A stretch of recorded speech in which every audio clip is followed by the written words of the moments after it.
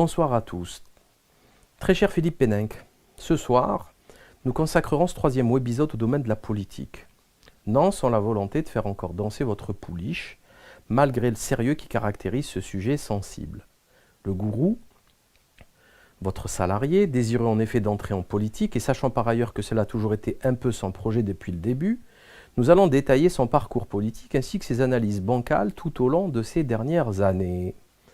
Il faut rappeler avant toute chose que le dépressif sénile est fier de dire et de répéter autour de lui qu'il est venu à la politique par la drague de rue. J'avoue ne pas savoir comment expliquer cette déclaration ahurissante, ni comment l'analyser. Comment la drague de rue m'a amené à la culture livresque et à la conscience politique. J'imagine mal qu'une chose pareille puisse être dite sur un plateau télé. Mais c'est ainsi, c'est lui-même qui le dit et l'assume. Cela permet toutefois de mieux comprendre pourquoi on en est arrivé là. Chez Mireille Dumas, il expliquera qu'il est passé de la drague de rue au Parti communiste, sauf que ce passage est des plus obscurs, puisque des journalistes ont essayé en vain de retrouver des traces de cette aventure politique. Je dis cela car le gourou est coutumier du mensonge et de la manipulation. Je vous rappelle ses déclarations hardies et osées sur ses prétendues études supérieures, ou tout simplement, pour ne citer qu'un exemple très récent, la mise en ligne du communiqué frauduleux de la FAPEC, etc. Il y a aussi le vol caractérisé des contenus de plusieurs sites, honteusement siphonnés par Égalité et Réconciliation. Tous ces antécédents fâcheux nous autorisent à douter de la véracité de ses propos. Il dit avoir appartenu à la cellule Paul Langevin au moment de la chute de l'URSS, c'est-à-dire début 90. Sauf que les versions divergent selon les sources. Certains parlent de milieu des années 80, d'autres 90, voire 1994. Un dossier presse, enfin il y a plein de sources qui divergent. Il devrait pourtant être simple, très simple, de trouver les cartes d'adhésion, avec les fichiers complets, les photos et les traces du règlement des cotisations, etc. C'est dire le flou qui entoure cette histoire, peut-être même cette légende. Nous oublions souvent de mentionner son soutien au délinquant Pasqua, voire même à Chevènement, puisque sa fiche Wikipédia indique qu'il a participé à un front regroupant, je cite, Pasqua, Chevènement, les communistes et les ultranationalistes. Passant d'un extrême à l'autre, il finira sa course au Front National. C'est un petit peu le parcours d'un Daniel Cohn-Bendit, dans toute une vie politique. C'est-à-dire qu'on commence à la gauche de la gauche pour finir à la droite de la droite avec toujours le même aplomb et tenez-vous bien les mêmes convictions politiques. D'ailleurs, on remarquera aussi un autre, on va dire, point commun, c'est que, bon, c'est vrai que Cohn-Bendit est pédophile, mais Alain Soral a des amis pédophiles assumés comme Gabriel Matzneff qui l'a défendu à plusieurs reprises. Bref. Mais à la rigueur, nous ne pouvons lui en vouloir politiquement, parce que, sachant qu'en réalité l'échiquier politique n'existe pas du tout, son apparente diversité étant factice et surfétatoire, destinée surtout à tromper les électeurs, puisqu'ils s'agitent et dansent tous au gré du même marionnettiste. Je ne peux par contre ne pas revenir sur les prétentions mégalos du gourou, puisque vérification faite, il semble qu'il n'ait jamais été le conseiller de Jean-Marie Le Pen et qu'il n'ait pas non plus écrit le fameux discours de Valmy. Magnéto Poupetto. Il n'a pas été conseiller politique personnel. Qui vous a dit ça? Lui-même. Lui-même? Enfin, il le dit, c'est ce qu'il dit. Enfin, ça veut dire quoi être conseiller politique? C'est quand on demande à quelqu'un son avis sur un sujet donné, il n'a pas été un conseiller politique, c'est quelqu'un qui est chez vous tous les jours. Ce qui n'a jamais été le cas avec Alain Soral. J'ai rencontré Alain Soral dans quelques circonstances, avec plaisir d'ailleurs. Nous avons bavardé, il m'a donné son opinion. Il n'a jamais été mon conseiller politique. Alors quand même, le discours de Valmy, c'est bien lui qui l'a écrit. Non, mais c'est pas vrai ça. Et les discours que je prononce ont souvent plusieurs collaborations différentes. Et c'est moi qui les façonne à la fin, parce qu'on travaille avec des collaborateurs. Oui, la suggestion de faire un discours qui marque l'attachement du Front National à la République française est peut-être une idée qu'il a lancée. Elle était d'ailleurs, je l'ai d'ailleurs adoptée. Elle n'avait de valeur qu'à partir du moment où je l'adoptais. Parce que des idées, j'en reçois par dizaines, par centaines des suggestions. C'était pourtant sa grande fierté. Mais ce qui nous intéresse aujourd'hui, vous vous en doutez, c'est toute la période égalité-réconciliation, avec bien sûr en filigrane la volonté de drainer le plus grand nombre possible de Français d'origine africaine, maghrébins, noirs, etc., vers les urnes, avec bien sûr une consigne de vote en faveur du Front National. Il le dit lui-même et ne s'en cache pas. En somme, c'est un secret de polichinelle, alors que quand certains s'offusquent en l'apprenant, c'est vrai que ça paraît toujours étonnant. C'était néanmoins sa stratégie depuis le début et c'est vrai qu'elle pouvait paraître séduisante aux yeux des Français d'en bas, résolument anti-système et n'aspirant ardemment qu'à une seule chose, tout faire tomber en raison de la gravité de la situation générale qui prévaut dans le pays et la durée insupportable de ce cirque UMPS. Cependant, quand on s'intéresse de plus près au Front National, surtout depuis son infiltration spectaculaire et ahurissante au cours de ces dernières années par la franc-maçonnerie, le lobby LGBT, ou tout simplement la LDJ, c'est-à-dire le lobby sioniste, on découvre alors que la vérité est tout autre. Si on fouille un peu plus, je l'ai expliqué parfaitement dans ma vidéo Félonie nationale censurée par Égalité Réconciliation, datant du 4 septembre 2014. On apprend que la CIA est derrière ce parti politique et que Jean-Marie Le Pen est très loin d'être antisémite, puisque c'est l'inverse que l'on découvre. Effectivement, le dernier livre explosif de Paul-Éric Blanru, intitulé Jean-Marie, Marine et les Juifs, fait des révélations fracassantes. Des amis très proches du menhir sont juifs, dont le sioniste Sylvain Gérard, c'est vraiment un ami proche, l'animateur télé Serge Moati, ou la chanteuse ultrasioniste Rika Zaraï, et j'en passe. Nous apprenons qu'il avait déjà reçu, il y a plus de 10 ans, Éric Zemmour à la Trinité-sur-Mer. Nous apprenons aussi que parmi les politiques qu'il a lancés dans des élections locales, on dénombre des hommes très proches de l'entité sioniste scélérate, puisque très actifs dans des associations et autres mouvements clairement pro-israéliens. Prenons par exemple la page 63. On apprend que Michel de Camaret, diplomate et conseiller politique auprès de l'OTAN, a été introduit en politique par Le Pen. C'est un ami intime du général de Bénouville, homme lige de Marcel Dassault, dixit Paul-Éric Blanru. Toujours à la même page, nous apprenons que l'un de ses directeurs de cabinet, Jean-Marie Le Chevalier, a été avant lui directeur de cabinet de Jacques Dominati, membre du comité d'honneur de l'Alliance France-Israël. Mieux encore, on pourra trouver en 1979 sur les listes européennes, en position non éligible, un ancien membre de l'Irgun. L'Irgun répond de Emerdinger, Robert de son prénom. La liste est encore longue, je vous laisse la découvrir dans le dernier ouvrage de Blanru, Jean-Marie, Marine et les Juifs. Cependant, cher Philippe Péninck, c'est là que votre rôle intervient, puisque vous êtes l'homme qui a fabriqué Alain Soral, politiquement parlant. On y reviendra, mais auparavant, nous commencerons par vous présenter, car c'est assez spectaculaire et fort de café. Vous êtes, comme je l'ai déjà expliqué, un avocat d'affaires. Vous avez défrayé la chronique l'année dernière dans l'affaire Jérôme Cahuzac. On apprend par les journaux que vous avez été celui qui a permis l'ouverture du fameux compte bancaire chez UBS en Suisse en 1992, c'est-à-dire un compte étranger pour y dissimuler un pactole destiné à échapper à la vigilance du Trésor public français, car je ne vois pas d'autre raison pour ce genre de montage financier. Alors, je rappelle l'affaire Cahuzac, c'était le ministre du Budget qui a fait de l'évasion fiscale. C'est quand même le pompon là, et c'est le top du top. Au-dessus, c'est pas le soleil, c'est une autre galaxie. Hein. Donc c'est le ministre du Budget qui est censé combattre l'évasion fiscale, qui avait un compte en Suisse pour faire de l'évasion fiscale, sachant que c'était un très proche du cabinet des vins en politique, c'est un chirurgien, et qu'il a servi crapuleusement Big Pharma pendant des années. Voilà qui est Jérôme Cahuzac. Donc, si je comprends bien, et là, j'éprouve le plus grand mal, vous êtes un patriote français d'extrême droite, imbu des principes de la droite des valeurs, votre slogan, dont le métier tout au long de ces dernières années a été de faire échapper au contrôle fiscal des sommes assez astronomiques.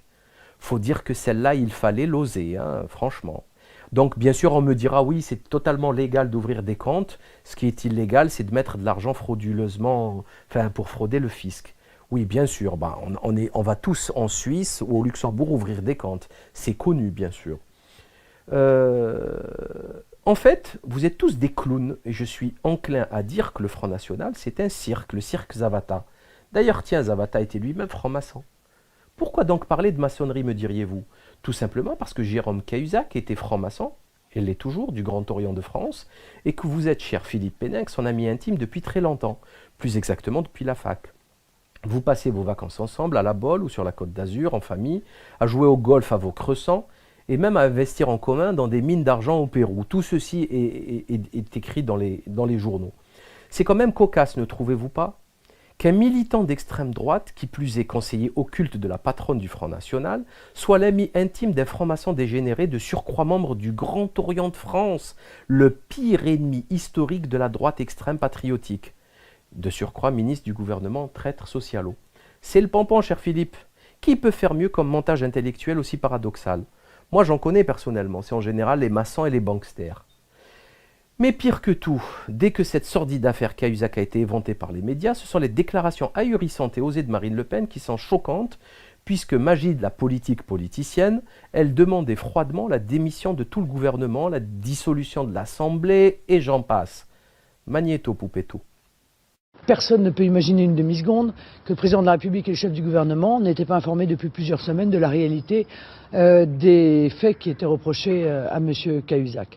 Il devrait démissionner son gouvernement et il devrait dissoudre l'Assemblée nationale pour qu'encore une fois les Français puissent avoir le dernier mot et pour pouvoir recréer un lien de confiance entre le peuple et sa classe politique.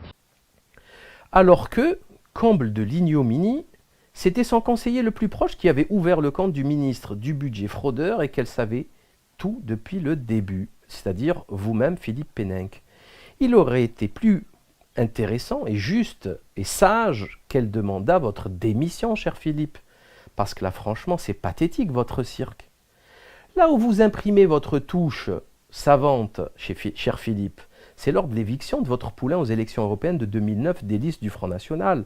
Il claquera à la porte du parti avec éclat et même avec violence puisqu'il écrira sur son site internet Égalité Réconciliation le 1er février 2009 un texte intitulé Marine m'a tué, avec cette faute d'orthographe légendaire faisant référence à l'affaire Omar Haddad.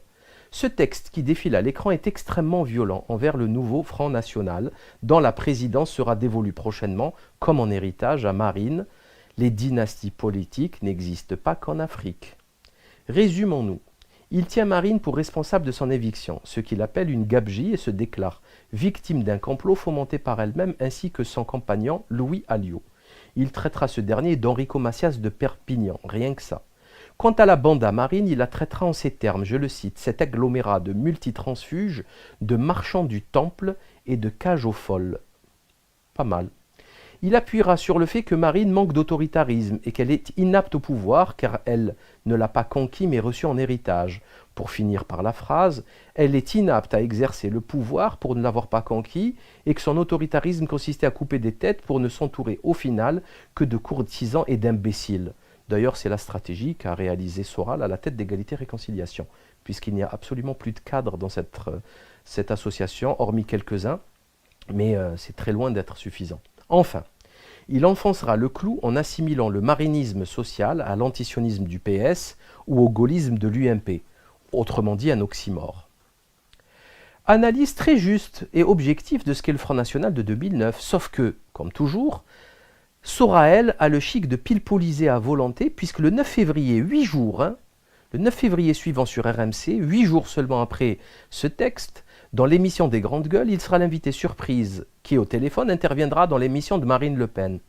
Son passage apparaît tellement extraordinaire, tellement époustouflant, lorsque l'on prend le temps de lire son fameux texte Marine m'a tué, écrit 9 jours avant, que j'estime vraiment nécessaire de le passer ici et maintenant. Magnéto Poupetto. Alors, au minimum. D'accord, Marine Le Pen, vous restez avec nous parce que c'est le coup de fil dans les GG, le coup de fil surprise. Et pour vous, Marine Le Pen, en direct dans les Grandes Gueules, nous avons Alain Soral avec nous. Ça m'aurait étonné. Qui rate une occasion de se faire de la pub. Vous savez bien que nous, on a un mauvais esprit en plus. Alain Soral, bonjour. Lui aussi, parfois. Bonjour. Merci d'être avec nous, Alain Soral. Il faut rappeler pour ceux qui avaient loupé les derniers épisodes qu'Alain Soral avait rejoint le Front National pendant la campagne présidentielle et qui vient de quitter le Front National, Alain Soral. Oui, j'ai quitté le Front National, mais c'est absolument pas pour m'opposer à lui. Je dis et je le répète haut et fort que le Front National est le meilleur mouvement d'opposition politique en France et que j'irai voter dans le Sud-Ouest aux européennes pour le Front National. Je vais simplement rappeler un extrait de votre lettre ouverte que vous avez donc écrit il y a peu de temps et puis ensuite vous poserez une question directement à Marine Le Pen.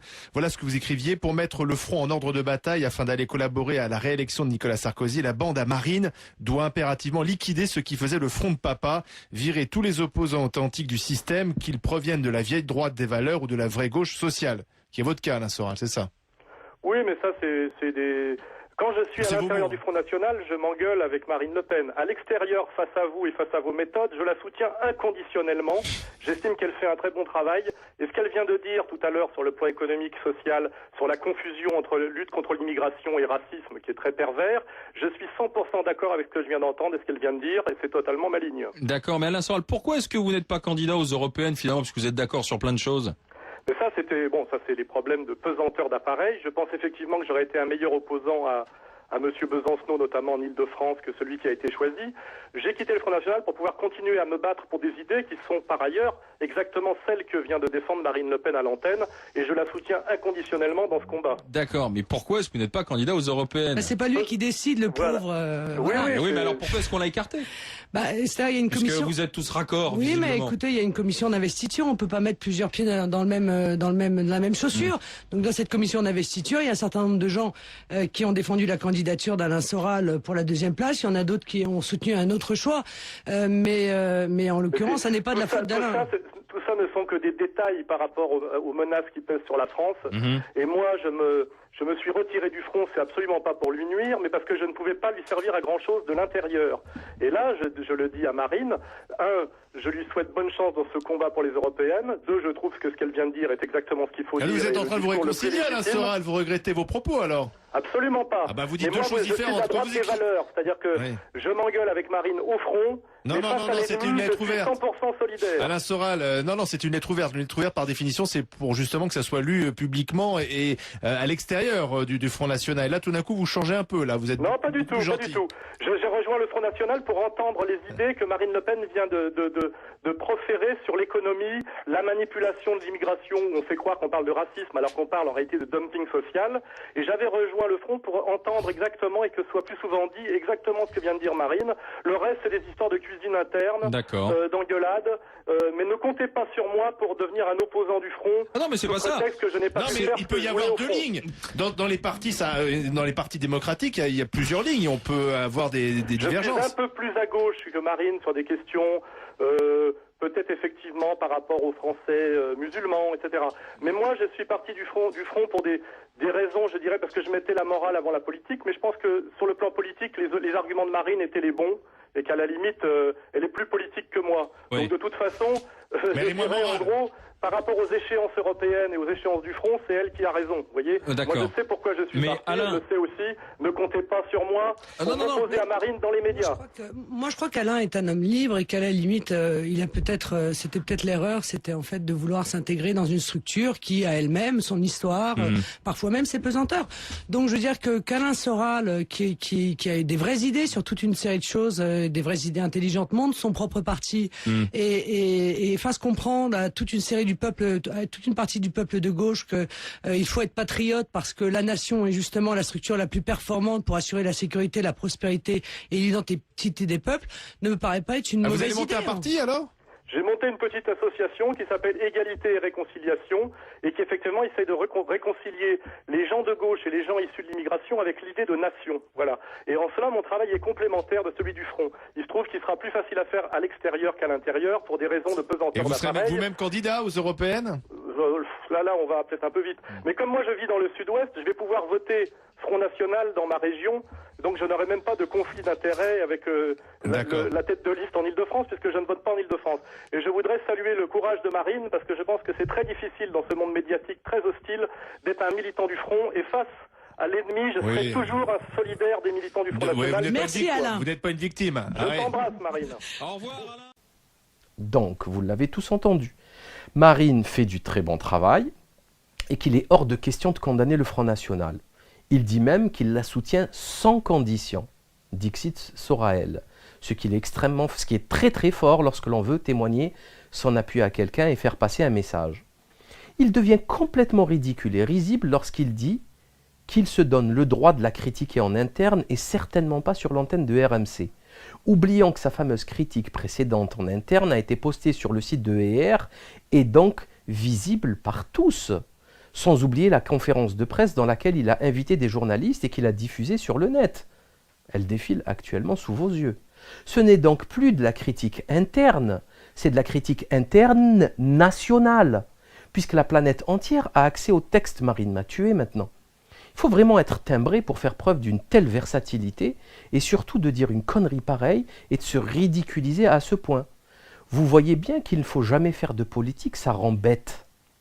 Du coup, de deux choses l'une, soit il est schizophrène et réellement atteint du syndrome de la double personnalité, le docteur Jekyll ayant écrit le texte et Monsieur Hyde passant à l'antenne de RMC, soit il faut chercher ailleurs les raisons provantes de ce revirement spectaculaire. Et c'est là, cher Philippe Pénin, que pour ma part, je vois se dessiner l'empreinte de votre patte. Je m'explique. Soral s'emporte, il écrit son texte et il publie sans votre aval. Pour calmer les choses, vous passez derrière et vous le convainquez que pour rattraper le coup, il serait judicieux de ne pas aller trop loin, d'essayer de faire des mamours à Marine. Il est évident qu'il a écouté vos précieux conseils, puisqu'il terminera sa prestation pathétique sur RMC par un pitoyable « Je t'embrasse, Marine ». Ainsi, il a commencé son cirque avec le Front National, toujours par votre intermédiaire, et nous avons vu le résultat dernièrement avec les sorties ultra-sionistes et criminelles du franc-maçon Emmerich Choprad, autre récente recrue maçonnique et sa batailliste du franc.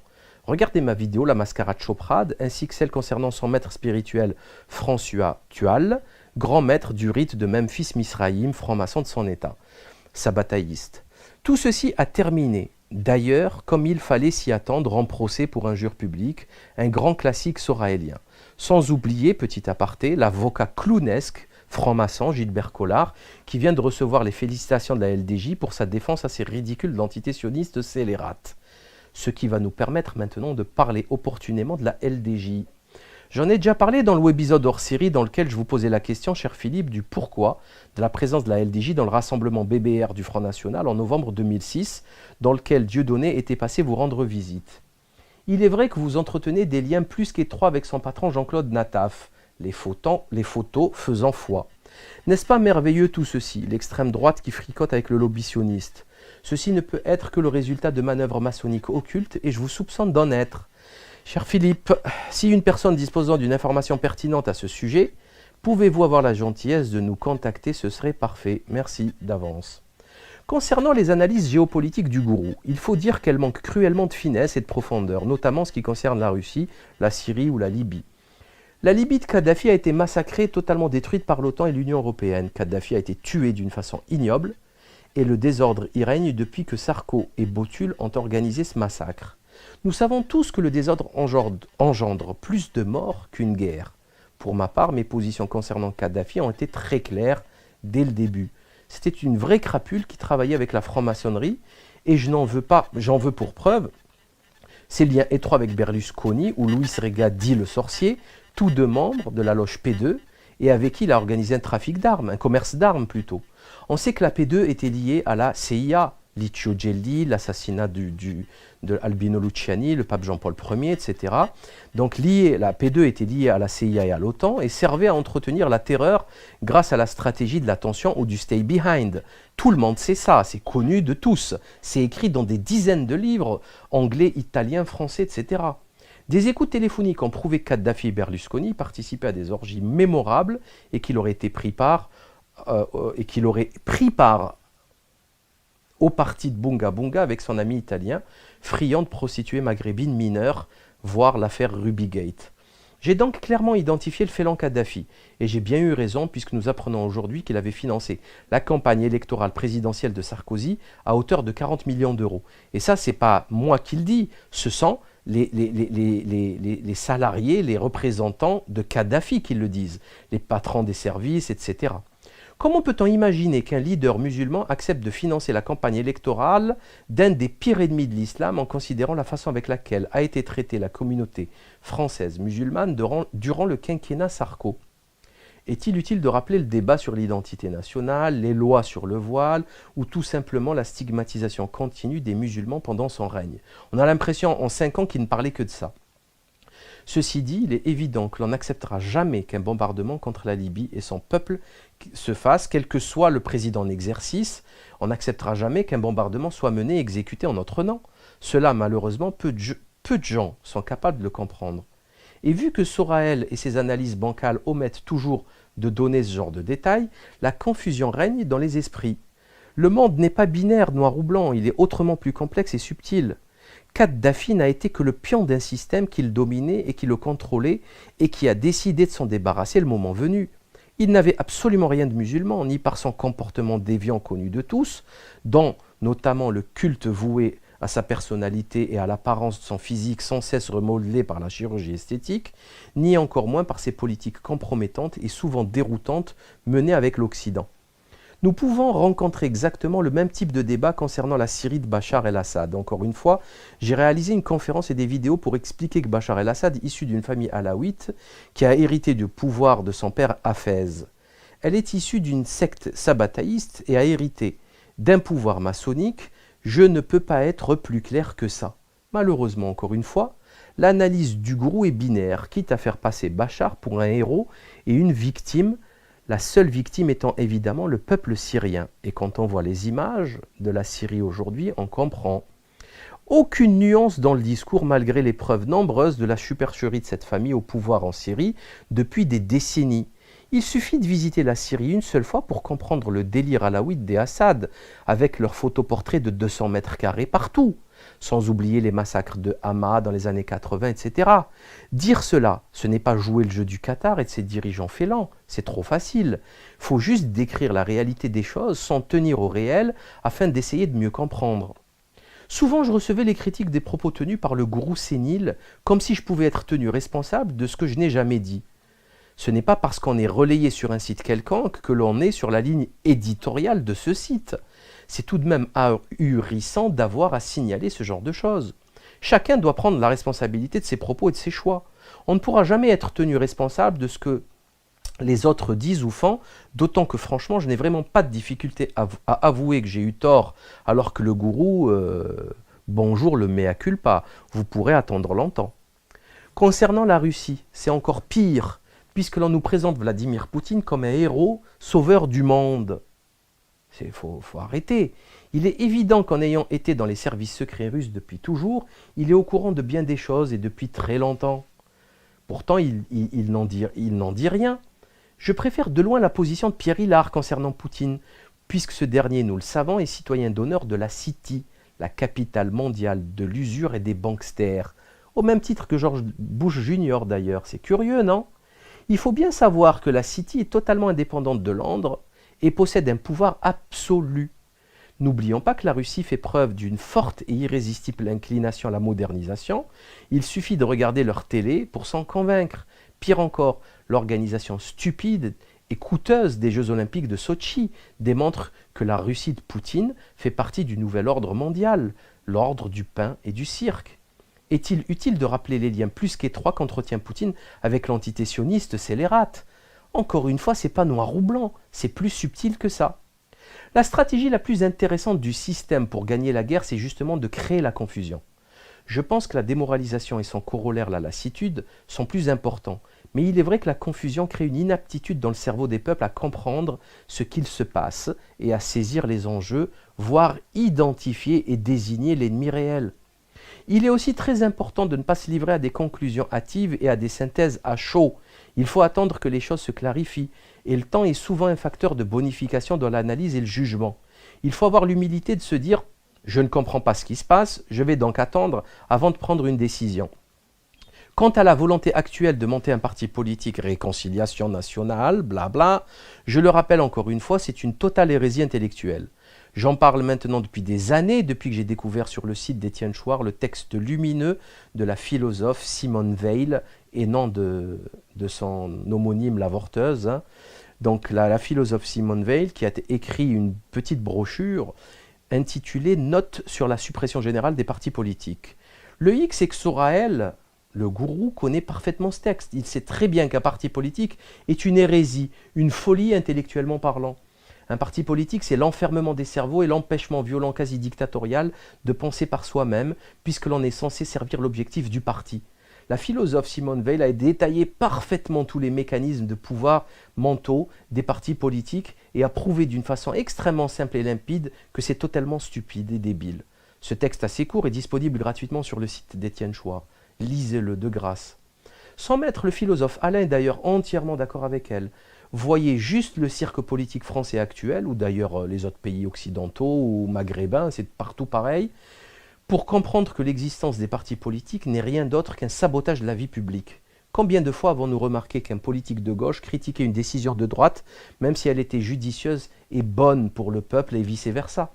Cette mascarade particratique sert aussi à gagner du temps, remplir les espaces médiatiques et à dilapider les ressources de la nation. Mais personne ne s'en soucie.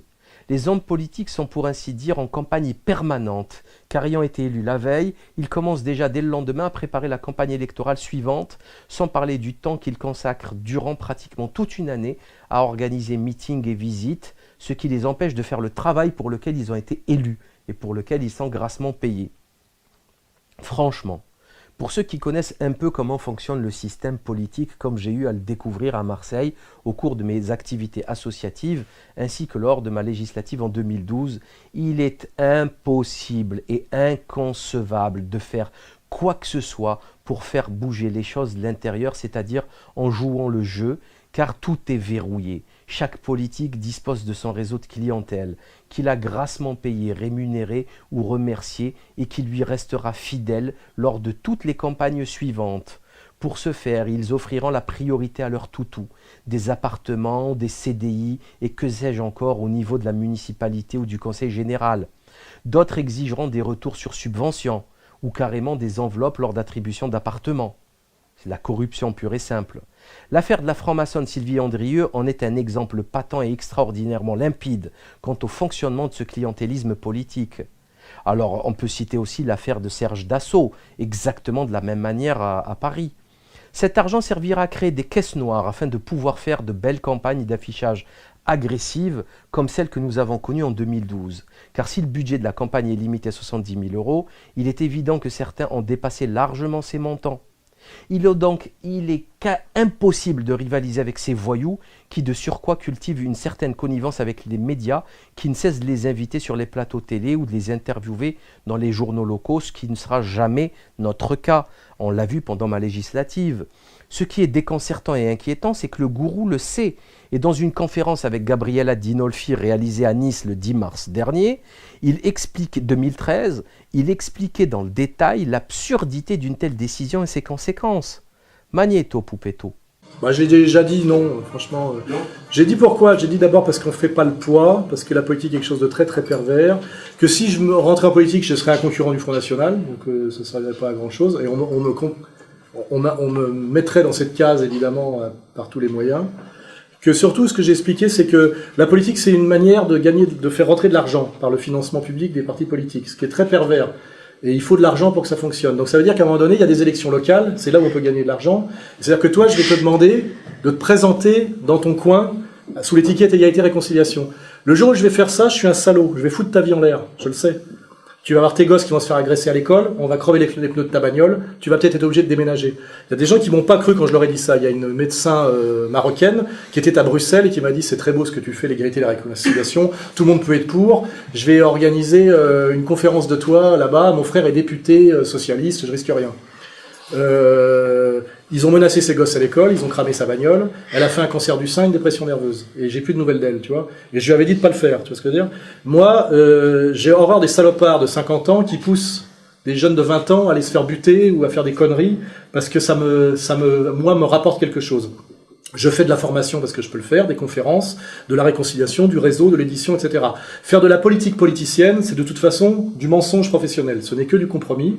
C'est, en dernière instance, si tu veux exister et grandir, une usine à pognon, avec une logique qu'il faut que tu comprennes, et qui est très très mécanique et très comptable, de nombre de votes, machin, en fonction du nombre d'inscrits, combien d'euros par votant, etc. Et ça demande surtout, à chaque élection locale, d'envoyer des gars de R au casse-pipe, c'est-à-dire à vous mettre votre gueule sur une affiche, etc. Or, nous sommes dans le collimateur du système, il faut le savoir. Encore plus que le Front National. Et je ne veux pas foutre vos vies en l'air pour le plaisir, moi, d'exister, de rentrer du pognon. Je trouve ça très malhonnête. Je reprocherai jamais à Le Pen d'avoir fait le parcours qu'il a fait, c'était une autre époque, etc. Mais je sais, puisque j'ai été au Front National, comment fonctionne un parti politique.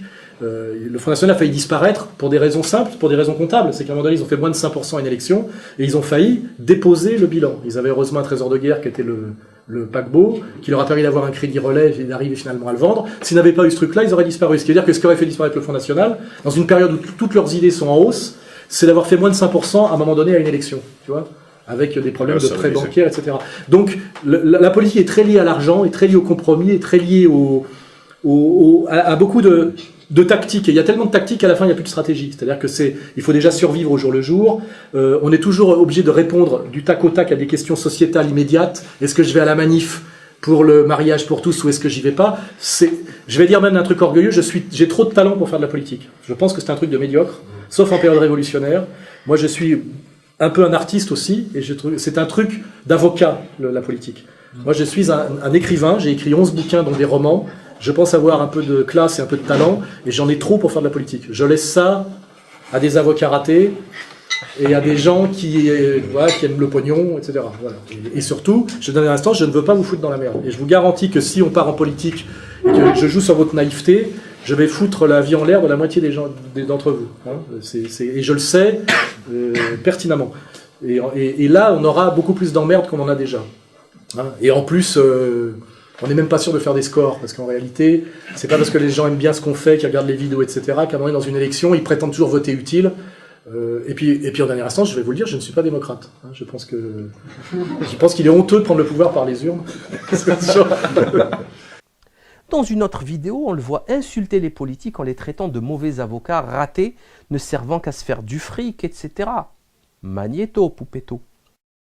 La politique politicienne, je parle en période de paix, pas en période d'héroïsme guerrier, est une activité, pour moi, de médiocre. J'ai bien trop de talent pour faire de la politique. C'est une activité, dans les démocraties post-industrielles avancées, c'est une activité qui est faite pour les avocats. Ce sont deux raisons pour lesquelles je ne peux pas en faire. Je suis très peu doué pour le mensonge parce que beaucoup trop émotif et beaucoup trop talentueux pour attendre, comme M.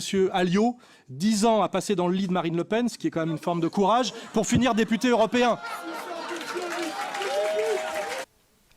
Encore une fois, le toxicosénile subutexomane excelle dans le pile-poule en disant une chose et son contraire à peine 1 an d'intervalle, sans que cela n'émeuve ni ne choque grand monde.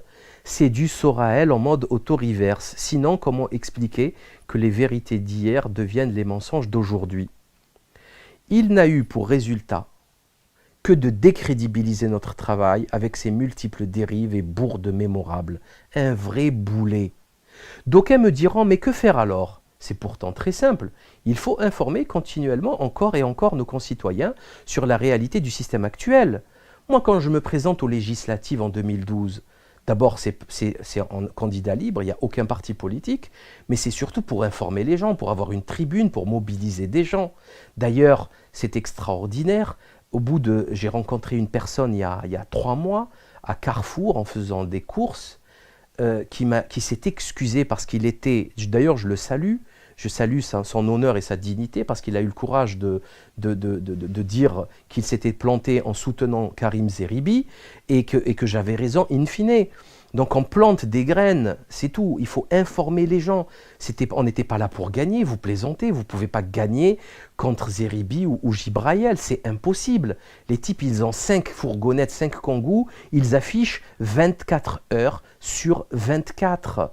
Ils ont corrompu tout le monde, enfin, c'est de la voyoucratie tout ça. Vous ne pouvez pas rivaliser avec ces gens-là, c'est clair. Il faut les affaiblir, c'est ce qu'il faut faire. Pour ce faire, il faut informer. Donc l'information vaut de l'or, car même si la télé existe et que c'est un outil extraordinaire de désinformation et de lavage de cerveau, absolument personne ne vous oblige à l'allumer. Même si le système politique essaie d'exister par tous les moyens, absolument rien ne vous oblige de voter et de lui donner ainsi du crédit. Il faut donc informer nos semblables sur la réalité du complot maçonnique, les dérives criminelles de Big Pharma. Rien ne vous empêche de remplir votre maison avec des produits toxiques, cancérigènes, à manger des saletés, à prendre des médicaments, etc. La sexualisation constante de la société, il faut dénoncer les différents lobbies qui manipulent les médias et les politiques, la réalité de la volonté de certains à déclarer une guerre mondiale au Moyen-Orient pour des raisons messianistes totalement inconnues du public. Voilà ce qu'il faut faire au quotidien, chers auditeurs. Veuillez accepter, très cher Philippe Péninck, l'expression de mes plus exécrables salutations en vous donnant rendez-vous mercredi prochain, 17 décembre à 21 h, pour le webisode numéro 4. À très bientôt.